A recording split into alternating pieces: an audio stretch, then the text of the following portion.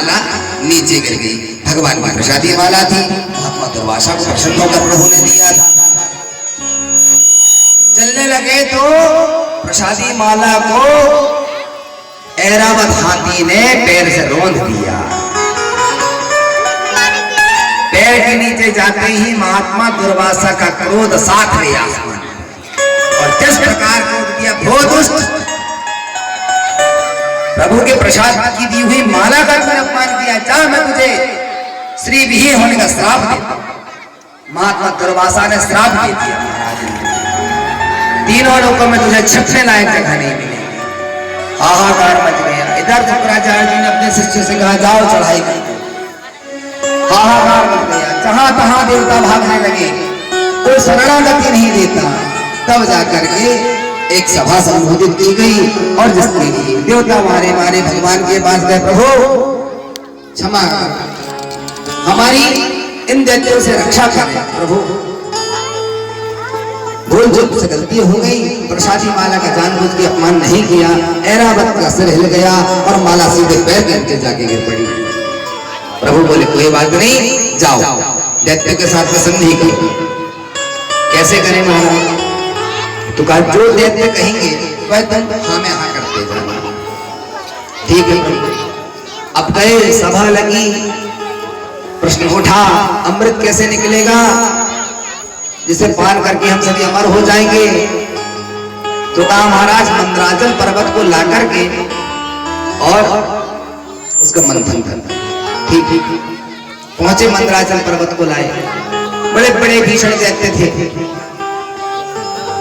और दैत्यों ने मंदराचल को लाया और समुद्र में जैसे डाले, गणेश जी का आवाहन करना भूल गए तो मंदराचल पर्वत समुद्र के भीतर जाने लगा।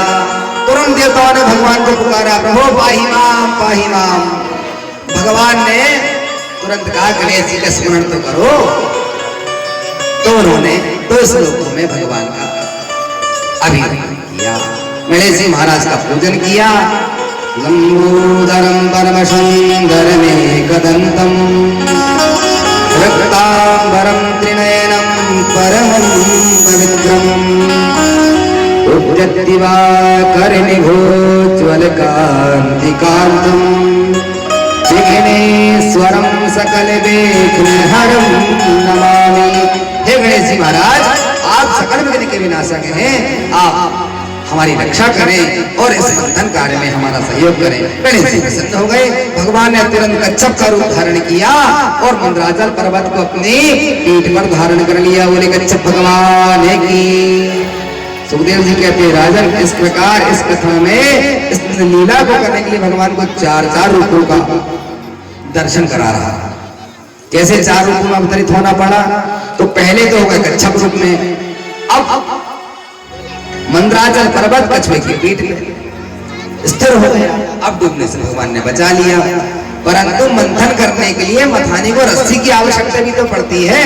रस्सी कहां से लाए? तो नाग प्रजाति में सबसे लंबा जो सर्प होता है वह है बासुकी। उसकी लंबाई इतनी लंबी है कि महाराज वह एक रस्सी के भांति दिखाई देता है। ब्रह्मा जी बोले, जाओ और देवताओं बासुकी को लेके आ जाओ। दैत्य बोले, ठीक। बासुकी बोला, भाई हम चलेंगे तो पर हमको मिलेगा क्या? क्यों? स्वार्थ लाग कर सब प्रीति, सुर नर मुनि सब की रीति। स्वार्थ लाग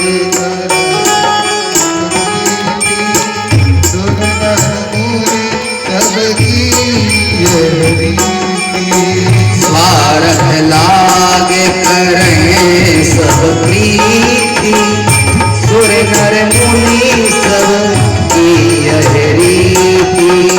स्वार्थ लाग करें सब प्रीति, सुर नर मुनि सब की। मैं बहुत अच्छे से जानता हूँ देवताओं। आप देवताओं ने कहा, महाराज चलो।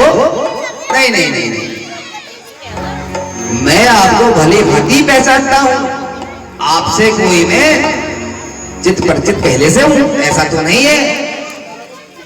देवता बोले महाराज ठीक है, क्या चाहते हो? तो वासुकी बोला कि यदि उससे जो अमृत निकलेगा मुझे पान कराओगे तो मैं चलूंगा। वासुकी बोले ठीक। देवताओं ने ठीक कह दिया।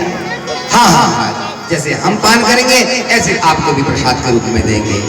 अब वासुकी को लोभ आ गया और जिमी प्रति लाभ लोभ अधिक आई। जहां लाभ दिखाई देता है वहीं लोभ प्रकट होता है। वासुकी आ गया, ले आया। अब वासुकी को जैसे ही लपेटा, भगवान ने इशारा दिया जाओ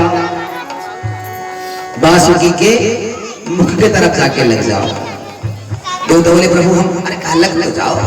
तो सारे देवता वासुकी के मुख को पकड़ने लगे लपेट पे। अब पूंछ की तरफ चले गए। एक दैत्य बोला अरे वाह हम इतने नीचे छोटे कुल खानदान के हैं क्या, तुच्छ वासुकी के पूंछ को पकड़ेंगे? नहीं नहीं नहीं, हम ऊंचे कुल के हैं, ऊंचे खानदान से हमारा संबंध है। इस तुच्छ वासुकी के हम मुख में नहीं रह सकते, इसकी पूंछ नहीं पकड़ेंगे। भगवान ने कहा भाई ठीक है देवताओं, आप ही छोटे खानदान के हो जाओ, इसकी पूंछ पकड़ लो। भगवान की तो युक्ति थी। और जैसे ही सारे दैत्य वासुकी के मुख को पकड़ के जब घर्षण करने लगे तो सुखदेव जी कहते हैं राजन एक एक करके उसके भीतर से जितने भी उसने गंदे कीड़े इत्यादि का भक्ष किया हुआ था, घर्षण करने पर उसके पेट से जब वह फुसकारे जहरीली वायु को, उसकी वायु के द्वारा अनेकों दैत्यों ने मरणासन्न होके गिर पड़े। शुक्राचार्य जी ने इस प्रकार अपने चेले को मरते हुए देखा तो वे चिंता करने लगे, क्या करूं मैं? पुनः अपनी मंत्र विद्या के द्वारा उन्होंने अपने शिष्यों को जागृत किया, मंथन किया। मंथन करते करते धीरे धीरे सनई एक एक करके रत्न उत्पन्न हुए। सर्वप्रथम हलाहल विष निकला। विष जैसे ही निकला महाराज इस विष को कहां ले जाएं? इसका पान कौन करेगा? बोले प्रभु यदि इस विष को हम मिला देते हैं, छोड़ देते तो संसार दाहकता में नष्ट हो जाएगा और किसी को पीने में इतना सामर्थ्य नहीं। भगवान नारायण बोले चिंता मत करो, हर समस्या का समाधान है। आप जाओ, नीलकंठ में भगवान श्री भोलेनाथ विराजित हैं, शंकर के पास भोलेनाथ के पास सभी देवता गए, प्रभु पाहि मां पाहि मां। भगवान कैसे हैं? स्मशाने स्वाक्रीडा स्मर हर पिशाचा सहचर चिताभस्मालेपा स्रग पिनक रोटी परिकर अमंगल्यं श्रीरं कव भवतु नामैव मथिरम्। प्रभु आप हमारी रक्षा करें। भोलेनाथ समाधि में बैठे हुए हैं। माता पार्वती ने देवताओं को आकर देखा, क्या बात है? सारे देवताओं ने माता को प्रणाम किया, माता प्रणाम। माता पार्वती ने कहा कैसे आ गया? कुछ नहीं, बस प्रभु से थोड़ा कार्य था, समुद्र मंथन चल रहा है। अच्छा माता विष निकला हुआ है और पूरे संसार में एकमात्र भोलेनाथ है जो विष को पान कर सकते हैं, अन्यथा विष को हम कहां छोड़े, कहां ले जाके फेंके? सारा संसार दाहकता में नष्ट हो जाएगा। इतना जहरीला, इतना विषैला विष ही विष है। माता पार्वती बोली ठीक है, भोलेनाथ को समाधि अवस्था से जागृत अवस्था में आने दो। भोलेनाथ कुछ समय पर्यंत जागृत अवस्था में हुए, देवताओं ने प्रणाम किया। अब कौन पत्नी अपने पति से कहे महाराज ये आपके लिए जहर लाए और आप इन्हें पियो, बोलो। तो माता पार्वती ने कुछ नहीं कहा, शांतिपूर्वक खड़ी खड़ी। देवताओं ने आग्रह किया प्रभु हम चाहते हैं कि इस हलाहल विष का आप पान करें। भोलेनाथ बोले इससे क्या होगा? सरकार इसे आप ग्रहण कर लेंगे तो संसार दाहक से नष्ट होने से बच जाएगा और आगे पुनः जिस मंथन कार्य को हम कर रहे हैं वह क्रम से चालू रहेगा। भगवान बोले ठीक है तो लाओ। देवताओं से लिया पात्र को और रा कहते ही मुख खुल जाता है। रा भगवान ने मुख खोला और हालाहाल विष को अपने मुख में डाला। माँ कहते ही मुख बंद हो जाता है। राम करो राम राम कहते ही प्रभु ने और उस हलाहल विष को कंठ में धारण कर लिया। नाम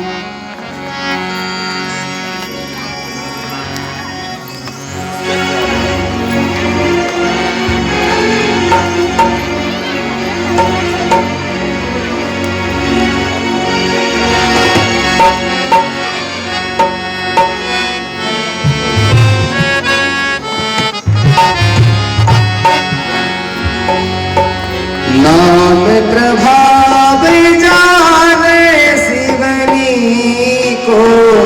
नाम प्रभाव जाने शिवनी को। नाम प्रभाव जाने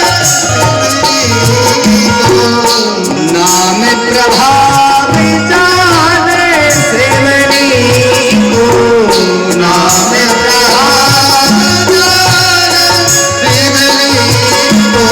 नाम का प्रभाव। राग मुख खुल गया और जैसी मुख खुला तो भगवान ने पान किया और मुख को बंद कर लिया। बाबा तुलसी कहते हैं नाम प्रभाव जाने शिवनी को। नाम प्रभाव जाने शिवनी को। काल कूटे फल दीने आनी को। काल कूटे फल दीने आनी को। काल कूटे फल दीने आनी को। काल कूटे फल दीने आनी को। काल कूट को नाम लेते ही भगवान ने हमें धारण कर लिया। भगवान के जितने भी भक्त थे इंद्रादिक देवता सब जय घोष हर हर महादेव कह के प्रसन्न मुद्रा में चले।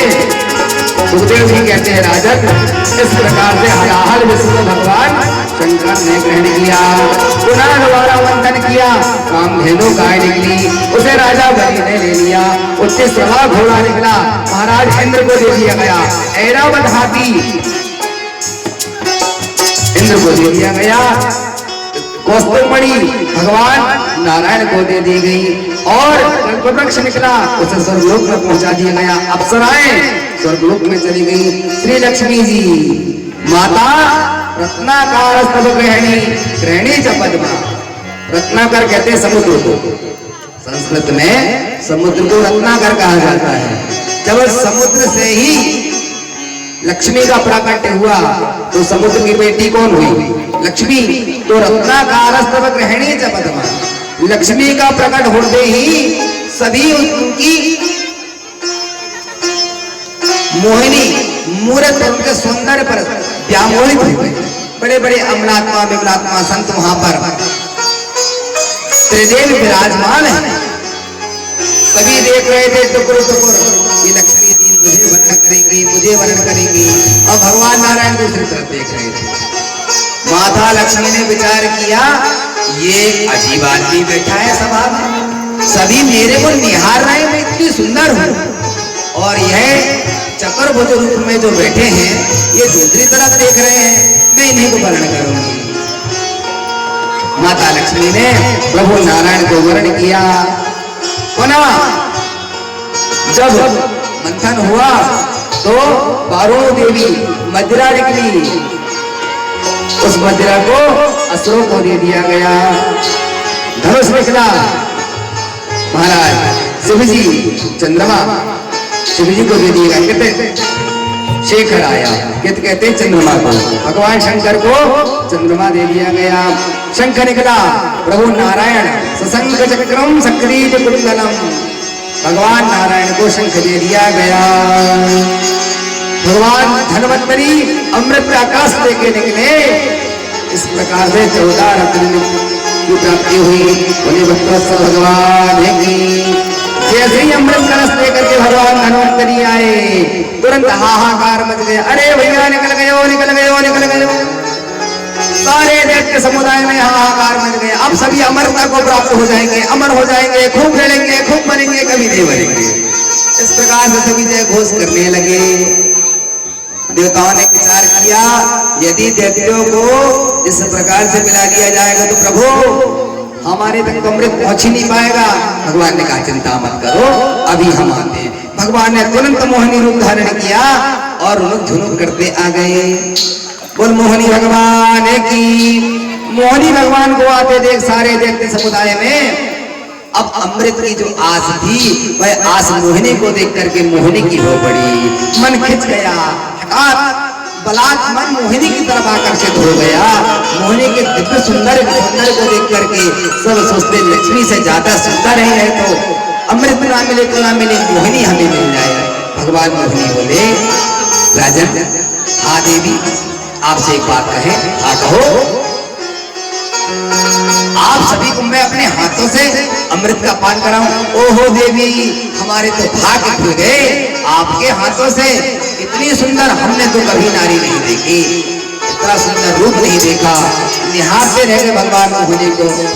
सुखदेव जी कहते राजन, भगवान नारायण ने मोहिनी रूप में इतना सुंदर स्वरूप बनाया मानो त्रैलोक पावनी लक्ष्मी के 100 रूप बनकर के एक मोहिनी रूप बना होगा। प्रभु ने कहा मैं अपने हाथों से तब बुलाऊंगी आपको जब आप लाइनबद्ध बैठेंगे, क्रमशः बैठेंगे, ठीक है। तो 2 वर्ग बना दी गई, जैसे आप बैठे ना, महिला वर्ग पुरुष वर्ग। इस प्रकार से मोहिनी भगवान ने एक दैत्यों की टोली बना दी, दैत्य वर्ग, एक देवता वर्ग। और धीरे से जाकर कहा एक तुम बहुत बुद्धिमान लगते हो, हाँ इधर आओ। कहो देवी। भगवान मोहिनी बोले ऊपर ऊपर का पतला पतला छाछ है, पहले तुम पियोगे, कहो उनको पिला दो। नहीं आपके लिए शिक्षा है तो आपको पिला देते हैं। नहीं नहीं देवी, हमको आप पर पूरा भरोसा है, 100% भरोसा है। हमको पता है आप हमारे साथ अन्याय नहीं करेंगी, आप तो स्वर्ग से पधारी हैं, ऐसा जान पड़ता है। भगवान मोहिनी बोले हाँ तुम्हारे लिए आया, चिंता मत करो। तो कहा कैसा करें? नहीं नहीं आपको जो उचित लगता है, आपको ऐसा लगता है तो आप वहीं से पिलाएं। गाढ़ा गाढ़ा नीचे है तो गाढ़ा गाढ़ा, हमको मरना नहीं। भगवान मोहिनी ने जैसे अपनी बात को रखा और कहा दैत्यों पतला पतला पहले इनको पिला देती, ठीक है। भगवान देवताओं के पास में गए तो करपात्री कर का ही पात्र बनवाया और सबके हाथों में अमृत देने लगे। अमृत सबको पान कराया तो सूर्य और चंद्रमा के बीच में एक दैत्य आकर के बैठ गया और चंद्रमा ने जैसे पिया तो सूर्य ने तुरंत कह दिया महाराज हमारे बीच में एक दैत्य पहुंचा है, हमारे वर्ग में दैत्य समुदाय का एक। तुरंत भगवान ने सुदर्शन चक्र से उसके गले से नीचे उतर गया था अमृत, इसलिए उसके 2 स्वरूप हो गए। सिर अलग हो गया जो राहु बना, धड़ अलग हो गया जो केतु बना। इस प्रकार से दोनों पूजनीय हुए। सभी को क्रमबद्ध मोहिनी भगवान ने एक एक करके अमृत का पान कराया। अमृत पान कराने के बाद में भगवान नारायण को अंतर ध्यान हो गए। अब तो महाराज घमासान युद्ध आरंभ हुआ। सपद्वाभ्याम सपद्वाभ्याम मुष्टिकाभ्याम हाथों के द्वारा, पैरों के द्वारा, मुखों के द्वारा अनेक प्रकार से देवताओं और दैत्यों में युद्ध हुआ। शुक्राचार्य जी समझ गए मेरे शिष्यों को अच्छा झूठा बना सके नारायण ने, और छाछ छाछ कह करके अपने देवताओं को पिला करके चला गया। सारे देवता अधमरे होकर के दैत्य वहां से भागे। देवता जय घोष करने लगे। इस प्रकार से भगवान ने मोहिनी रूप किया, देवता अमरता को प्राप्त हुए और सारे दैत्य जो थे वे एक दूसरे से राजा बलि शुक्राचार्य जी ने कहा महाराज ब्राह्मणों का सहयोग लो। ब्राह्मण के पास में जो बल होता है वो किसी के पास नहीं होता। क्या बात है गुरुदेव? हाँ, यदि ब्राह्मण अपनी मंत्र शक्ति के द्वारा संसार को चलाए मान कर सकता है, ब्राह्मण को शरण में जाओ और ब्राह्मणों का आशीर्वाद ग्रहण करो। बलि गए ब्राह्मणों के पास, जन्मना ब्राह्मणा गया। ब्राह्मण को भूदेवता क्यों कहा जाता है? इसलिए कहा जाता है, उसका एक कारण है। मंत्र किसके अधीन है? देवता। कोई बताएगा? पिछली बार भी हमने साथ यह बताया, श्रोता ऐसा होना चाहिए जिसको एक बार में ही कथा याद जाए। और इतना चेतन हमारा मन होता नहीं है, इसलिए कथा को बार बार सुनना पड़ता है। इसलिए हम कहते हैं कि कथा को ध्यान से और शांतिपूर्वक सुनना चाहिए। एक दूसरे की साड़ी और एक दूसरे के जेवर देखते रह जाती है माताएं। बड़ा भोला स्वरूप होता है माताओं का, तो खैर क्या क्या कहना। उनको तो यही लगता है कि चलो अच्छा है, घर से वहां यहाँ आके मिल गए हैं तो यही हो जाए बहू और सास की चर्चा पूरी। बहू ने आज रोटी नहीं दी क्या? थोड़ी उदास सी लग रही और दुबली हो गई कुछ। माघ के महीने में व्रत करवा रही है कि बहू आपसे? नहीं, हम यहाँ की बात नहीं, हम कुछ जगह जाते हैं तो हमने वहां देखा है माताओं का ऐसा आपस में संवाद चलता है, तो कभी कभी हमारे कान में चले जाते हैं, सुनाई पड़ी जाती है। क्योंकि मंच के किनारे बैठती माताएं, भाई लोग थोड़ा दूर बैठते हैं। सुखदेव जी कहते राजन, भगवान ने इस प्रकार जब अमृत पिलाया तो गुरुदेव शंकराचार्य ने राजा बलि से कहा, राजा बलि यदि ब्राह्मणों की सेवा कर सकते हो और ब्राह्मण का आशीर्वाद प्राप्त कर सकते हो तो त्रैलोक के विजय बन सकते हो, विजेता। कैसे महाराज? तीनों लोगों का विजेता? हाँ, बन सकते हो। जाओ ब्राह्मणों की सेवा करो। अब सारे ब्राह्मणों को लेकर के राजा बलि ने चढ़ाई की। बलि के चढ़ाई कर देने से देवता पुनः अपने घर से बेघर हो गए। अदिति ने महाराज कश्यप से कहा, स्वामी मेरे पुत्र बड़े कष्ट पा रहे हैं, राजा बलि के द्वारा त्रैलोक विजेता बन चुका है राजा बलि, उसने ब्राह्मणों का सहयोग किया। भगवान बोले, इंद्र पद का त्याग करो, घर छोड़ दो, ब्राह्मणों के आगे मुझे नतमस्तक होना पड़ता है। हाँ महाराज। देवता गए, प्रभु से जाकर कहा, राजा बलि ने ब्राह्मणों का सहयोग ले लिया, उनके द्वारा यज्ञ आदि कर्म के द्वारा वह त्रैलोक विजेता बन रहा है। भगवान बोले, उसको जैसा कर रहा उसे करने दे। ब्राह्मण सामने खड़े हैं, हमारी भी क्षमता नहीं कुछ कर पाएंगे। हाई कमान ने, सुप्रीम कोर्ट ने ऑर्डर दे दिया, हम कुछ नहीं कर पाएंगे।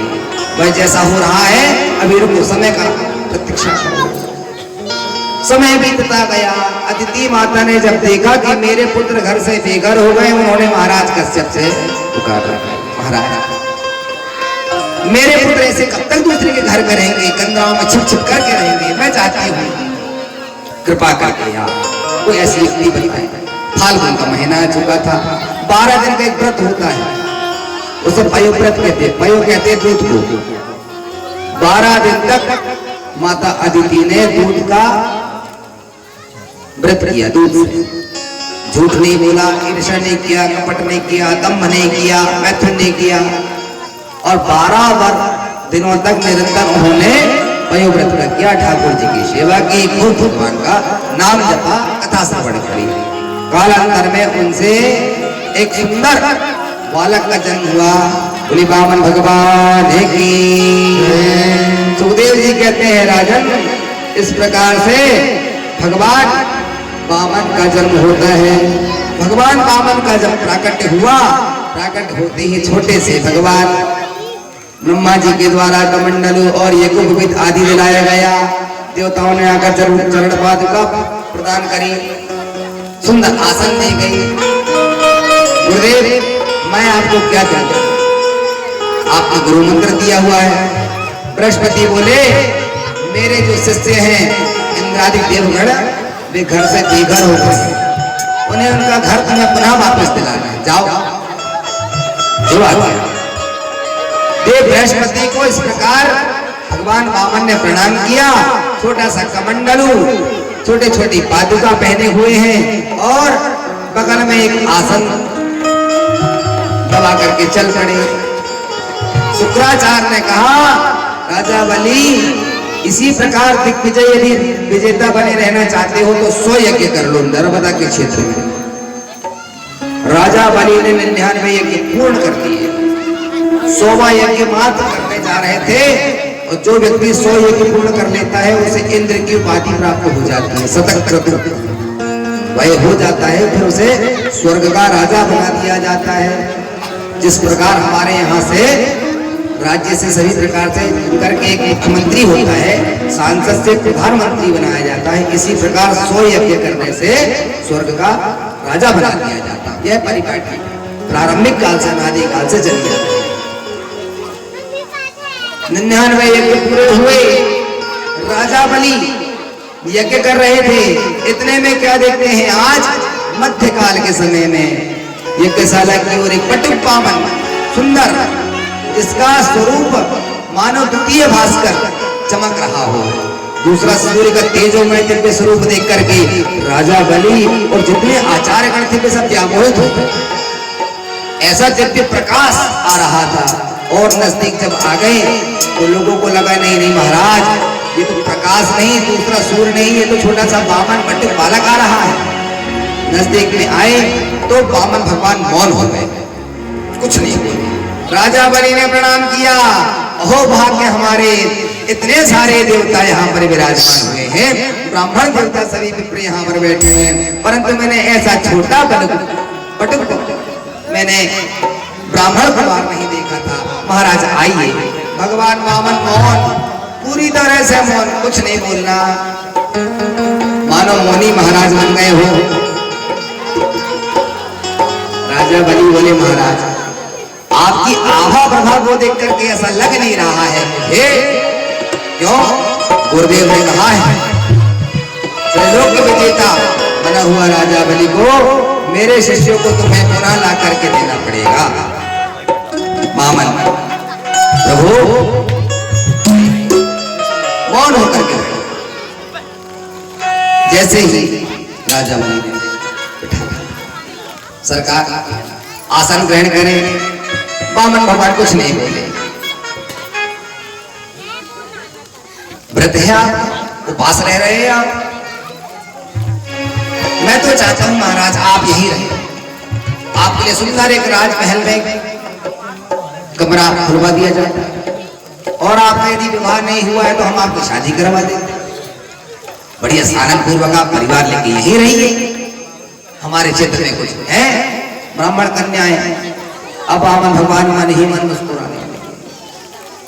कहा राजन कुछ नहीं, बस थोड़ा अगले गांव में जा रहे हैं, सोचा यहाँ से वेद मंत्रों की ध्वनि सुनाई पड़ी तो हमने सोचा दर्शन करते चले। ओहो महाराज, मैं प्रातः काल से नित्य ही खूब दान करता हूँ, पर आपके जैसा मैंने अद्वितीय सूर्य के भांति ब्राह्मण नहीं देखा। इतना तेजोमय, इतना तेज आप में है, बताएं मैं आपको क्या दूं? भगवान बोले ठीक है, देना ही है तो पदानि त्रीणि, 3 पग भूमि दे दो। राजा बलि ने पैरों की तरफ देखा और कहा, बटुक वामन तुम्हें मांगना भी नहीं आता, तुम जानते हो कितने छोटे पैर है तुम्हारे, 3 पग, 1 2 3, एक कमरा भी नहीं, एक फिर जगह नहीं हो। मैं आपको राजमहल बनवा दे, आपको विवाह नहीं हुआ महाराज तो आपकी शादी करवा दे। भगवान बोले विवाह तो हमारा नहीं हुआ महाराज। तो राजा बलि ने सोचा चलो ठीक है, कुछ तो बोले शायद मान जाएंगे, बढ़िया शादी करवा देते, यही रहने लगेंगे। तो सब लोग हमको कहेंगे कि वाह इतना सुंदर और तेजोमय कांति वाला ब्राह्मण आपके क्षेत्र में, आपके राज्य में रहते हैं, आपके नगर में रहते हैं। भगवान वामन बोले हम विवाह तो कर लेते, विवाह करने में कोई दोष नहीं है राजा बलि, किंतु विवाह करने के पश्चात संतान होगी। हाँ महाराज क्यों नहीं होगी, 10-12 की हो सकती। अब महाराज वो तो आपके ऊपर है, आप 10 करो चाहे 12 करो। अब राजा बलि एक बात बताओ, 10-12 जब संतानें पैदा होगी तो 2-4 मरेंगी भी, और जब 2-4 मरेंगी तो रोएगा कौन, आंसू कौन बहाएगा? राजा बलि बोले महाराज जब संतान आपकी होगी तो आंसू भी आप ही बहाएंगे, हम क्यों बहाएंगे, संतान आपकी बनेगी। तो भगवान वामन बोले अब नहीं करना है, ऐसी जगह पर हमको फंसना ही नहीं है, जाना ही नहीं है जहां पर राग हो जाए, हम अकेले राम ही अच्छे। तो महाराज हमको आज्ञा दीजिए, हमको आगे और चलना है। नहीं नहीं महाराज कुछ तो लेके चलना पड़ेगा। भगवान बोले तो ठीक है, देना है तो फिर हम 3 पग भूमि दे दे, बस और कुछ नहीं चाहिए। 3 पग भूमि? नहीं नहीं महाराज राजमहल ले लीजिए, एक दिशा आपको पूरी दे देता हूं। नहीं नहीं सिर्फ 3 पग भूमि। और राजन सुनो, हमारे पास समय नहीं है, समय बहुत हो रहा है, संकल्प कर दीजिए और हमें जाने आने। कहा महाराज 3 पग भूमि, उसका भी कोई संकल्प? अरे मैं आपको 1 क्षेत्र का पूरा राज्य दे देता हूँ। भगवान बोले ब्राह्मण है, कल को तुम आकर पुनः मांगने लगे तो हम क्या कर लेंगे, देना है तो संकल्प करके दो। संकल्प कहते प्रतिज्ञा को, हाँ महाराज स्टाम्प पे लिखकर मैंने दिया है, वही संकल्प को आज हमने स्टाम्प मान लिया, पहले भी तो संकल्प होते थे। यज्ञशाला से जैसे ही महात्मा शुक्राचार्य जी ने देखा, तुरंत दौड़ करके आए। राजा बलि गुरुदेव आइए, हमारे यज्ञ में नित्य प्रति ही ब्राह्मण आते हैं, पर इतना मैंने सुंदर रूपमान ब्राह्मण, द्वितीय भास्कर जो लग रहा है, इतना सुंदर नहीं देखे। शुक्राचार्य जी बोले राजा बलि तुम्हें कैसे समझाए, ना तो जे 52 है और ना तो जे 53 है, हमको पता है ये 54 कौन है। बोलो वत्सल भगवान की। शुक्राचार्य जी बोले चेला इधर आओ। धीरे से बुलाया गुरु जी ने पास में, कहा न जी 52 है, ये 53 है, ये नारायण है, ये छलिया है, ठगिया है, ठगने आया है तुम्हें। क्या बात कह रहे हैं गुरुदेव? हाँ, ये बोना बटुक जो है ये नारायण ही है, तुम्हारा सब कुछ हरण करने आया है। राजा बलि बोले प्रभु गुरुदेव मेरे से बड़ा भागी कौन हो सकता है संसार में? वह कैसे? जगन्नाथ के घाट पे जगत पसारे हाथ, सारा संसार उस परमात्मा के पास में हाथ फैलाता है। प्रभु दाता एक राम जी, भिखारी सारी दुनिया, और आज वह राम वह नारायण मेरे दरबार में आया हुआ है, इसलिए मेरे से बड़ा भागी कौन होगा? गुरु जी सोचे चेला तुम्हारी मति भ्रष्ट हो गई है, तुमको कोई नहीं समझा सकता। भगवान वामन बोले राजन देना है तो जल्दी से संकल्प करो, ये तो हम जाते हैं। भगवान वामन ने जैसे एक पद को आगे बढ़ाया और गुरु जी कहते रहे सुनो सुनो। कहा गुरु जी तो सियाने हो गए, वृद्ध अवस्था आ गई, गुरु जी जैसे बड़बड़ाते रहते हैं, क्या हुआ? और राजा बलि गुरु जी की बात को सुनी करके पुनः आ गए। भगवान वामन को प्रभु संकल्प कर रहे हम जाए। भगवान वामन ने कहा राजा बलि का सरकार बताए क्या लगेगा? अक्षत बुलवाइए, तांबुल पत्र बुलाइए, सुपारी, एक सिक्का रख लीजिए। और उन्होंने धीरे से कहा विष्णु विष्णु विष्णु श्रीमद् महाप्रसाद से विष्णु राकेया प्रवर्तमानस्य, अपना गोत्र बोलिए। दैत्येंद्र कुल में राजा बलि ने नाम लिया, अपना अपने पूर्वजों का नाम लिया। कश्यप पुत्रोत्पन्नस्य पदानि त्रीणि दत्त्वा अहम संप्रददेता। मैं प्रतिज्ञा पूर्वक 3 पग भूमि आपको देता हूं, ऐसा आपको संकल्प करना है। ठीक है, सामग्री बुलाई गई, जल लाई, जल लेने के लिए जैसे ही आई धीरे धीरे करके सनेस रहे। शुक्राचार्य गुरुदेव सोचे क्या करें? राजा बलि कौन समझा सकता है? भागवत के अंतर्गत तो पुराण में ही है, वर्णन नहीं आता है, किंतु अन्य पुराणों में ऐसा वर्णन आता है कि शुक्राचार्य जी जल का जो पात्र की टोटी थी उसमें अपना नेत्र लगा करके छिपे बैठे, दोनों मंत्र शक्ति के द्वारा उस पात्र में प्रवेश कर गए और अपने नेत्र को लगा लिए। सामग्री हाथ में है, जल लीजिए महाराज। ठीक है, अब जल लेने को जैसे हुए तो जलवाहन ना आवे, भगवान वामन समझ गए कुछ तो गड़बड़ है। कहा राजन ऐसा जान पड़ता है बहुत पुराना पात्र है, कचरा अड़ गया होगा। तो वहां पर यज्ञशाला के पास की तो बात है, उषा का एक टुकड़ा पड़ा हुआ था, तृणादपि। तृण पात्र को उठाया, उषा को और जैसे ही धीरे से टोचा तो शुक्राचार्य जी एक आंख वाले हो गए, आंख फूट गई और जल बाहर आ गया। हा राजन अब संकल्प लीजिए। संकल्प बोला ओम 3 बार कहिए, विष्णु और विष्णु और विष्णु और विष्णु और विष्णु और विष्णु श्रीमद्भगवतो महापुरुषस्य विष्णुराज्ञया प्रवर्तमानस्य आद्य श्री ब्रह्मणो द्वितीय पादारार्धे श्री शुद्धवाराह कल्पे जम्बूद्वीपे भरतखंडे भारतवर्षे नर्मदा क्षेत्रे। नाम बोलिए। महाराज बलि ने नाम लिया, गोत्र बोला। इस प्रकार से पदानि त्रीणि अहम पावन ब्राह्मण आचार्य उपाचार्य पदानि त्रीणि भूमि प्रदत्ता संप्रदते। और संकल्प ले लिया। सुखदेव जी कहते हैं राजन इस प्रकार भगवान वामन ने 3 पग भूमि राजा बलि से दान में ली और क्षण भर में प्रभु पर्वताकार विराट पुरुष भगवान दर्शन भगवान ने दिया।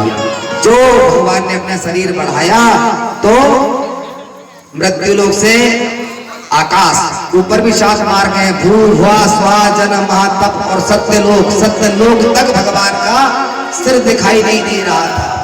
संसारी लोग यज्ञशाला से बाहर निकल करके देखने लगे, एक क्षण में भगवान ने अपना विराट स्वरूप बना लिया। सहस्रशीरिखा पूर्वः सहस्राक्षः सहस्रपाद। 4 देश विज्ञ स्वराट भगवान इतने बड़े हो गए, राजा बलि भगवान की कमर को नहीं देख पाए, सिर तो देखने की बहुत की बात थी, विराट। और दूसरे पक्ष से भगवान ने नीचे जो 7 लोक हैं, अतल पितल सुतल तलातल रसातल महातल और पाताल, 7 लोकों को नीचे आप लिया। राजन अभी तुम कह रहे थे महाराज 3 पग भूमि से होगा क्या? 2 में ही तुम्हारा साम्राज्य मैंने संपूर्ण ब्रह्मांड को नाप लिया, अब 2 में ही सब कुछ मेरा हो गया, तीसरा कहां रखा? राजा बोली सरकार आप धन बड़ा होता है कि धन का दाता धनवान बड़ा होता है? भगवान बोले जिसका धन था वह बड़ा होता है, धन से बड़ा तो उसका मालिक। तो कहा सरकार अभी मेरा धन गया है, अभी मैं से आपका तीसरा पग आप इस नाथ मेरे से भगवान बीच गए और राजा बलि के पग पर तीसरा पग रख के उसे अपना शिष्य बना लिया। उसकी एक कन्या थी रत्नावली, जो भगवान वामन पर व्यामोहित हो गई। वह भगवान पर इतनी व्यामोहित हो गई, भगवान के रूप आभा प्रभा को देख करके भगवान को स्तनपान कराना चाहती थी। भगवान बोले चिंता मत करो, दैत्य कुल में जन्मी हो, अगला जब तुम्हारा प्रारब्ध से जन्म होगा तो तुम उतना मुसीब बन करके जन्म लोगी द्वापर में और मुझे स्तनपान कराओगी, तब मैं तुम्हें धात्रोचित गति प्रदान करूंगा।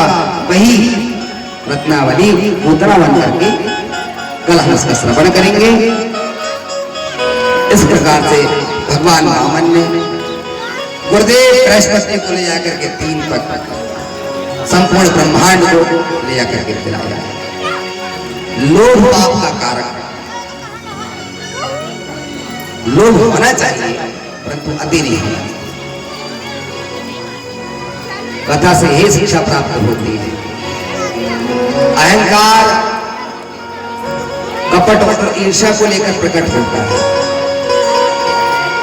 शरीर 16 कलाओं से निर्मित है, 5 ज्ञानेंद्रियां, 5 कर्मेंद्रियां, 5 भूतत्व और मन। और इसी अंतःकरण में 4 चीजें होती है, मन बुद्धि चित्त और अहंकार। और अहंकार जब उपजता है तो ईर्ष्या और द्वेष को साथ में लेकर प्रकट होता है। इसलिए प्रयास करिए हम अच्छे बने।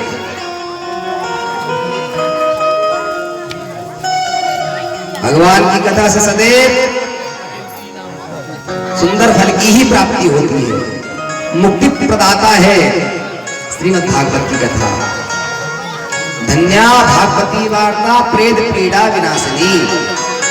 भगवान के अमृत भागवत गाथा प्रेतों को भी मुक्त करके और परम धाम की प्राप्ति करा देती है। तो आप सभी को शिव पुराण में भगवान शंकर कहते हैं, पार्वती कंठे रुद्राक्ष मादाया म्रियते यदि पार्वती।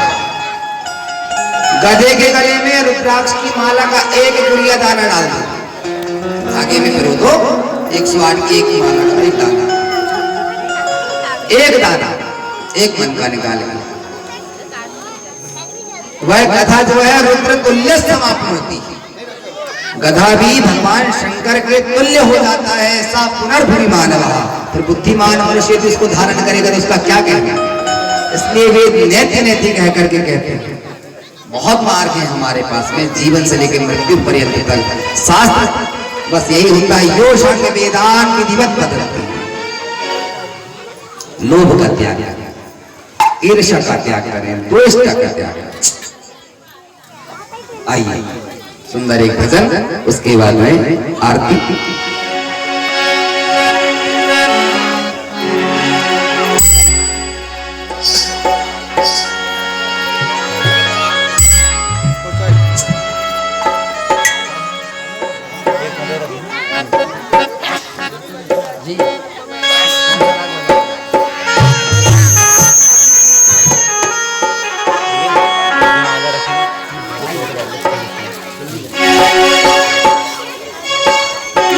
तेरे द्वार खड़ा भगवान, जय हो। तेरे द्वार खड़ा भगवान, भगत भर दे रे झोली, भगत भर दे रे झोली, भगत भर दे रे झोली।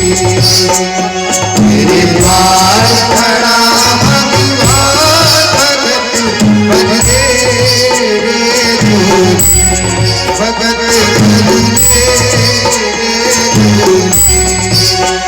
तेरा होगा रहेगा, युग युग तेरी रहेगी मां, भगत भर दे रे झोली, भगत भर दे।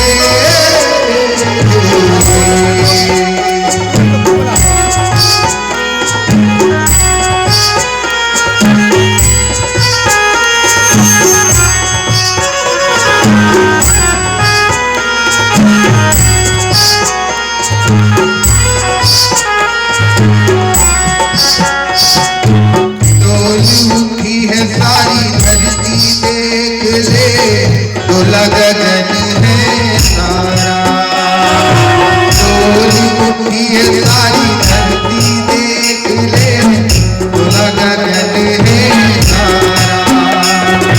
भीख मांगने आया तेरे घर,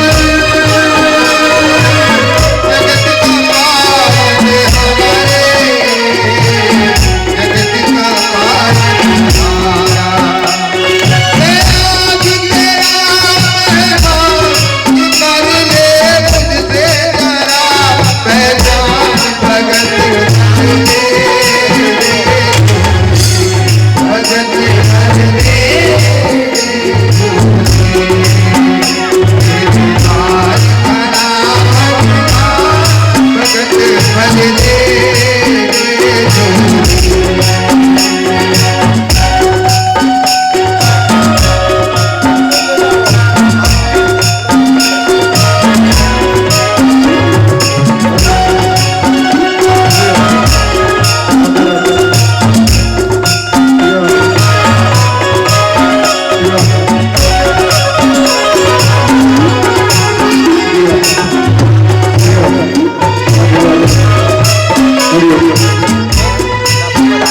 Go. इस आयोजन के राजा राम रखे हुए हैं। पहले ही बामन भगवान का पूजन करेंगे, बामन भगवान को प्रणाम करेंगे। उसके बाद बामन भगवान आप सभी के बीच आएंगे। जैसा कि सभी को महाराज श्री जी ने कथा श्रवण कराई, बामन भगवान को अपने सारे दरिद्र राजा बलि ने दान देकर के सुख समृद्धि शांति भगवान से आशीर्वाद में सुहाशीष में प्राप्त की। तो यहाँ पर भी बामन भगवान विराजमान हैं, वे आप सभी के पास आएंगे। आप बामन भगवान को प्रणाम करके कमंडल को प्रणाम करेंगे। जो भी श्रद्धा भाव से आपकी इच्छा हो कमंडल में अर्पित करते हुए और मन में ये भाव रखेंगे कि हे बामन भगवान, आज से अभी से हमारे जीवन में सारे कष्ट दूर हो जाए। बाकी प्रणाम सभी करेंगे। बामन भगवान की दिव्य झांकी आप सभी के पास आ रही है। आइए दिव्य संगीतों के उत्सव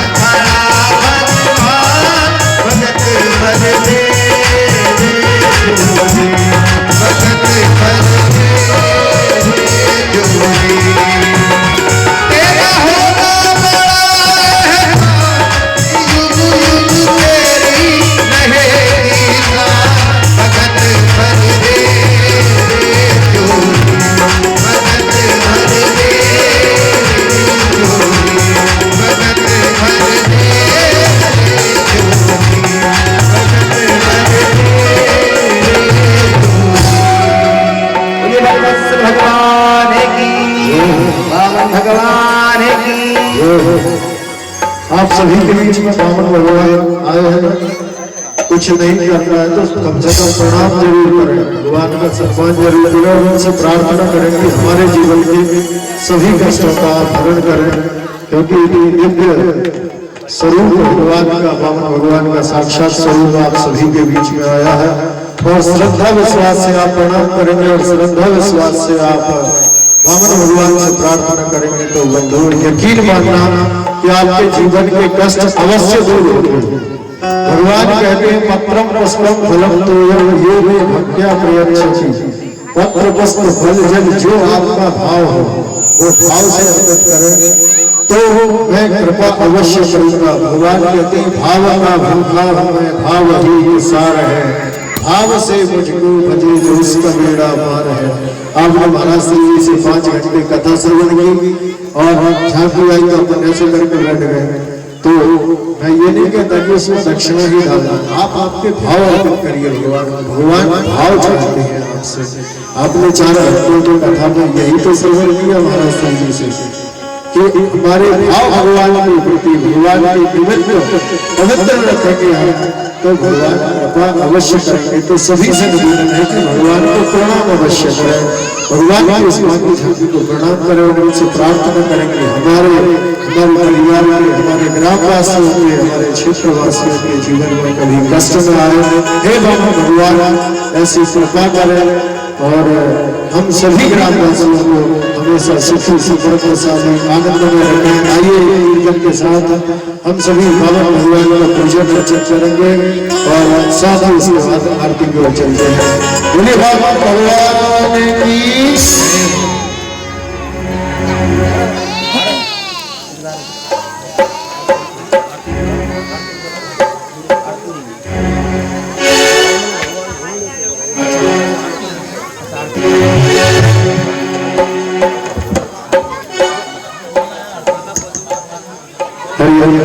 और कल भगवान का दिव्य आप सभी के बीच में अन्नपूर्ण अद्भुत जन्मोत्सव मनाया जाएगा।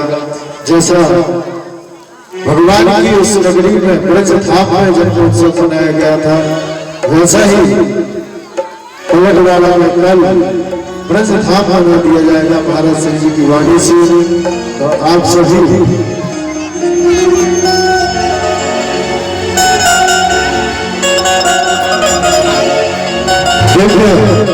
जन्मोत्सव में आप सभी कल के सम्मिलित होंगे।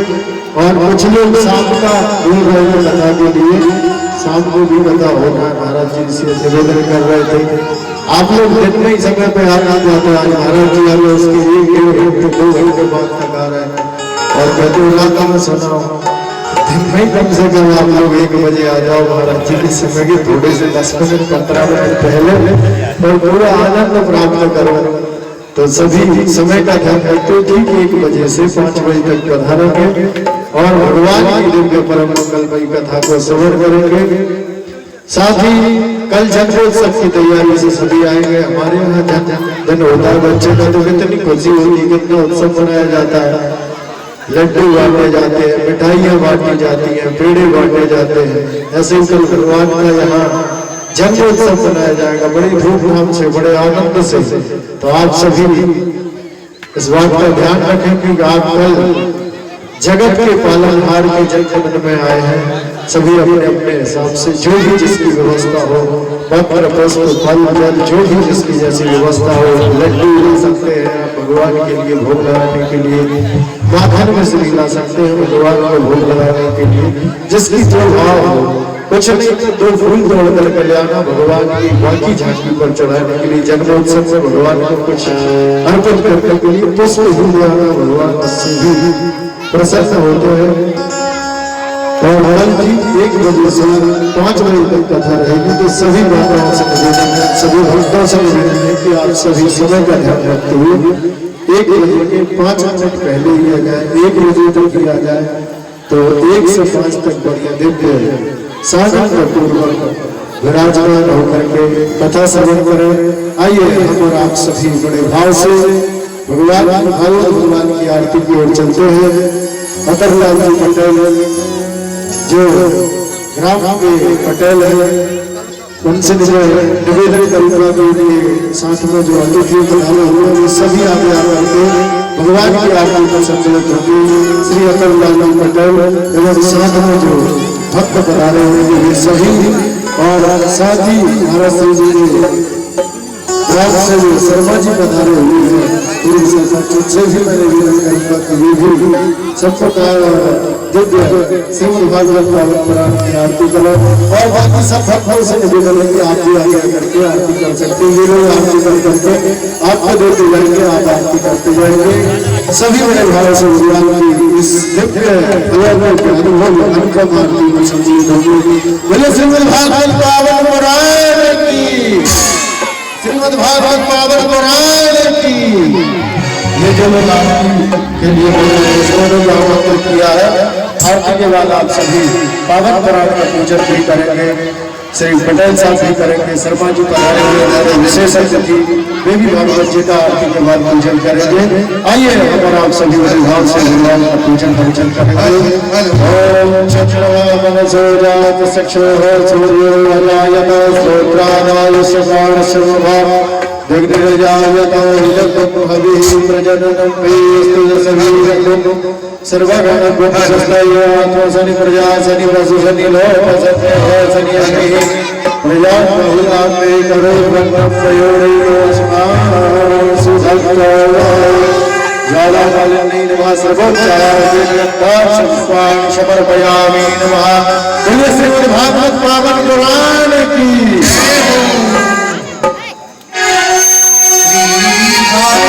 भगवान की है आरती।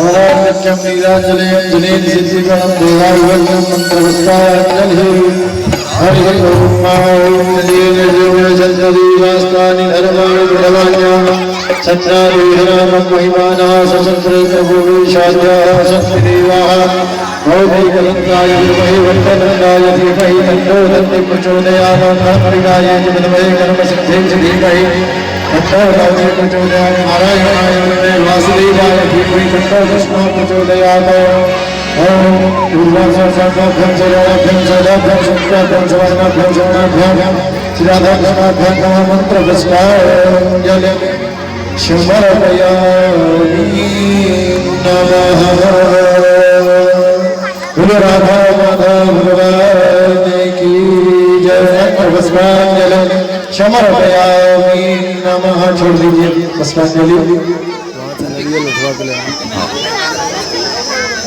बोलिए श्रीमद् भागवत पावन पुराण की श्रीमद् भागवत पावन पुराण की कल आप लोगों को बोला आप लोगों को पता है जब गर्मी तेज पड़ती है साइकिल सब करने की साइकिल खड़ी रहती है गर्मी में बाहर जब ज्यादा गर्मी हो जाती है तो उसमें से हवा निकलती ना वैसे आप लोगों की सिर्फ हवा ही हवा निकल रही आवाज कोई नहीं आ रही भगवान तक आपकी आवाज आनी चाहिए महाराज जी की आवाज 1 बजे जैसी थी वैसी हमने 5:30 बजे सीखी आप लोग 1 बजे से बढ़िया और वो तो व्रत भी करते हैं अपना तो व्रत भी नहीं है जब व्रत भी नहीं है तो आवाज कैसी होनी चाहिए तेज होनी चाहिए उच्च स्वर में होनी चाहिए जय घोष उच्च स्वर में होनी चाहिए जो अतरलाल पटेल के साथ पधारे हुए अतिथि थे उन सभी से जिन्होंने उनसे निवेदन है कि व्यासपीठ पर आए और आकर के श्रीमद् भागवत का दिव्य पूजन करेंगे महाराज श्री से प्रसाद आशीर्वाद ग्रहण करेंगे शर्मा जी जो पूर्व सरपंच पधारे हुए पटेल साहब के साथ अतिथि पधारे और सभी से निवेदन है आप मंच पर आए व्यासपीठ पर पूजन अर्चन वंदन करें और भगवान को प्रणाम करें महाराज श्री जी से प्रसाद आशीर्वाद प्राप्त करें भारत की फिर भी आवाज नहीं है आप बात करते हैं और जब तक आवाज नहीं आएगी प्रसाद रखा बढ़ेगा धर्म की अधर्म का प्राणियों में विश्व का गौ माता की सत्य सनातन धर्म की सत्य सनातन धर्म की राजा रामचंद्र भगवान की कृष्णचंद्र भगवान की हर हर महादेव। अतुललाल जी के साथ में जो अतिथि महोदय पधारे हुए हैं उनका सम्मान नहीं है आप सबसे निवेदन है कि आप भी आए और महाराज श्री जी से प्रसाद ग्रहण करें श्रीमद् भागवत पावन पुराण का पूजन करें महाराज श्री जी से प्रसाद अवश्य लें और आप सभी बड़े भाव से संकीर्तन श्रवण करते हुए काली की सेवा करते हुए आरती लें भगवान का जय श्री राधा माधव। और कल की विशेष सूचना आपको कोई मिलेगा कल जन्मोत्सव है भगवान का जन्मोत्सव में बधाइयाँ होंगी बड़ी सुंदर सुंदर आप सभी बधाइयों में संतरित होंगे आप सभी इन बधाइयों का आनंद प्राप्त करेंगे और भी जो अपने जीवन भाव से कमा रहे हैं मेरे पास नाम नहीं है जो भी आज प्रणाम करते हैं आशीर्वाद प्राप्त करते हैं भागवत का पूजन करके पधारना चाहते हैं वे सभी सादर आमंत्रित हैं आप सब पूजन अर्चन कर सकते हैं व्यासपीठ का। बोलिए राधा माधव भगवान की चलो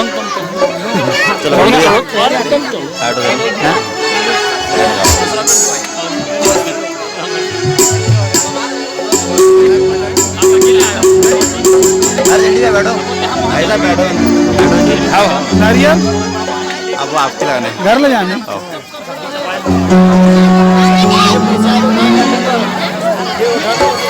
दे दो ऊपर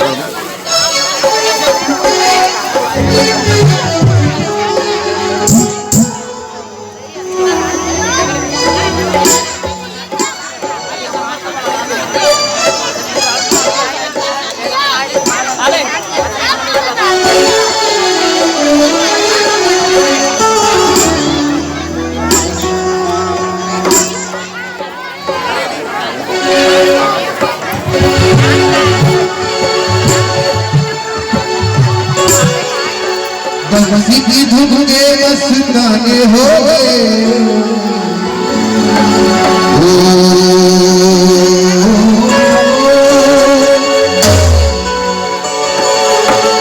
बंसी की धुन के मस्ताने हो गए। रज श्याम तेरे नाम के दीवाने हो गए। श्याम तेरे नाम के दीवाने हो गए। श्याम तेरे नाम के दीवाने हो गए।